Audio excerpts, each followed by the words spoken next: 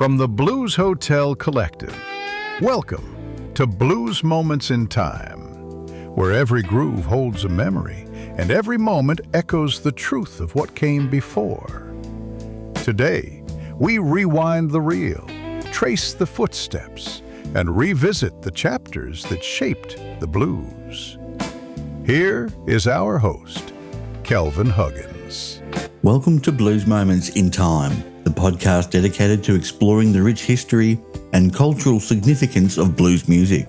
Today we're diving into the events that shaped the blues on January 12.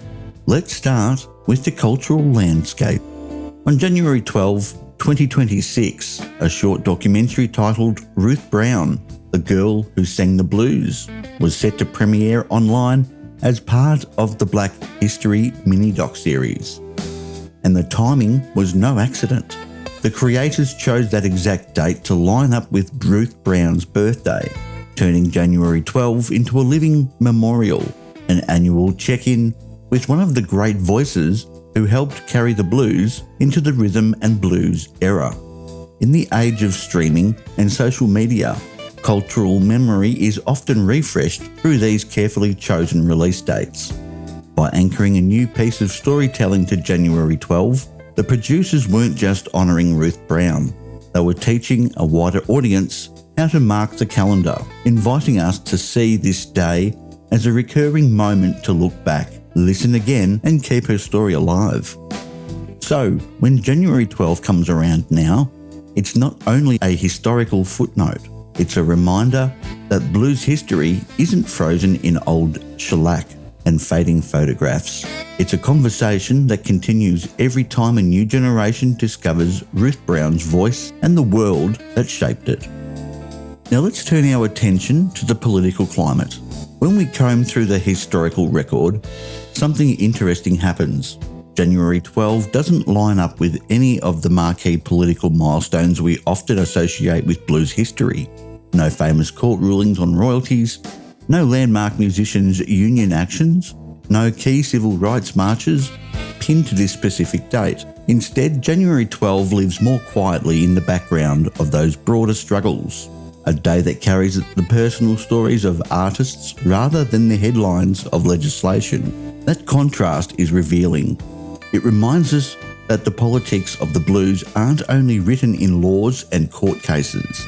They're also carried in the lives of the musicians themselves, their contracts, their paychecks, the treatment on the road, and the long fight to be credited and compensated fairly.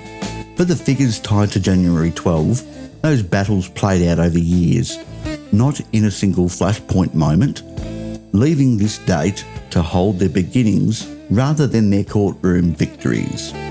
So, while January 12 might not leap out from the legal timelines, it still matters politically. It's a birthday stamped on the paperwork of artists who would later speak up, push back, and help reshape how the music industry treats the people who give it its soul. Now let's take a look a little deeper into the life behind the legend. Ruth Brown's story isn't just about the record she made or the influence she had. It's about the fire that drove her. Long before the awards and the recognition, she was a teenager sneaking out to singing clubs, chasing a sound she felt in her bones. She carried that determination through car crashes, industry setbacks, and years when the spotlight moved elsewhere. What stands out most in her resilience? When the music business forgot her, she didn't fade away. She rebuilt. She worked as a domestic worker, raised her family, and then stepped back onto the stage with the same power she'd always had.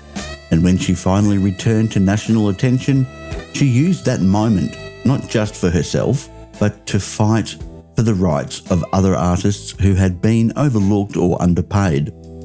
January 12th isn't just her birthday. It's a reminder of the grit, humour, and heart that made Ruth Brown unforgettable. She wasn't simply a voice on a record, she was a force of nature who refused to let the world decide her worth.